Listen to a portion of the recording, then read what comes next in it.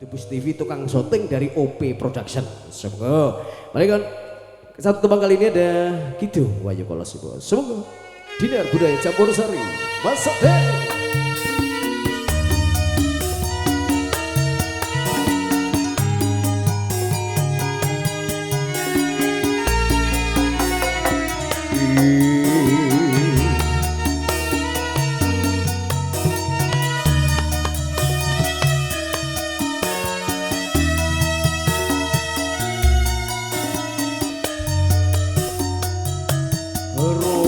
Maksa ingsun lagune setongaya wara kelawan meka hawa kang dur angkara senajan setan gentayangan tansah gawe rupeta hingga pusing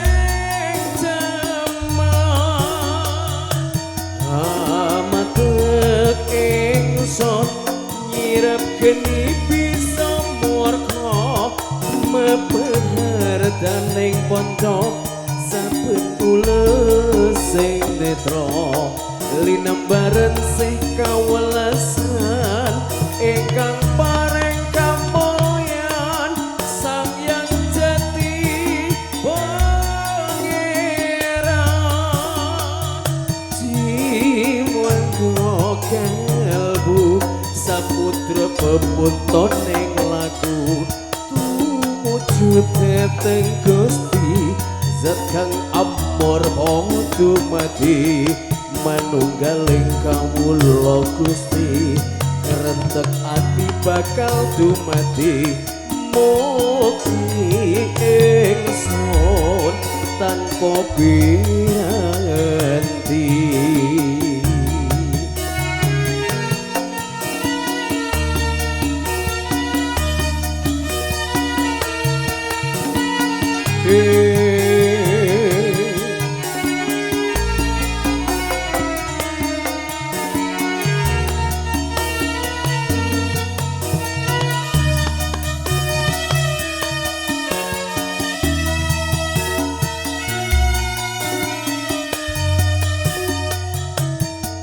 Sumebyar ing sukma madu sari teng parawita maneka warna prata bangun praja sampurna sengkala tidha muksa kala bendu nyata serna piasengro samadika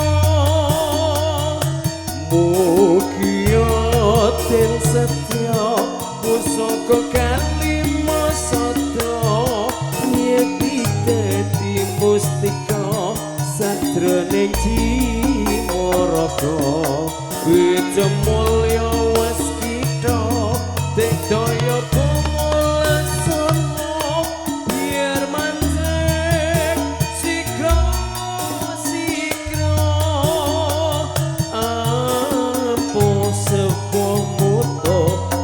kena bisa panelo kagabunga sumringa dadar ing waya-waya satriya tata sembata wiratama katon sewu kartika ketaman wahyu kolosibo.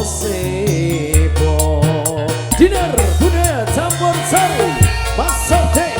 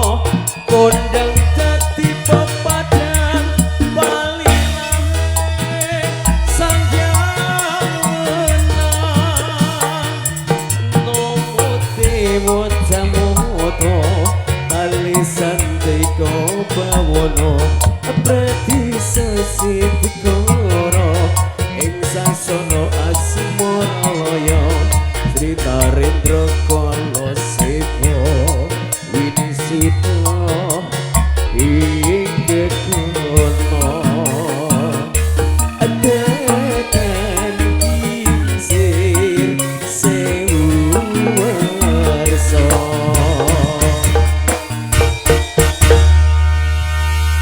Kidung Wayu Kalasibo sampun kalaban kalawau. Oke, kali ini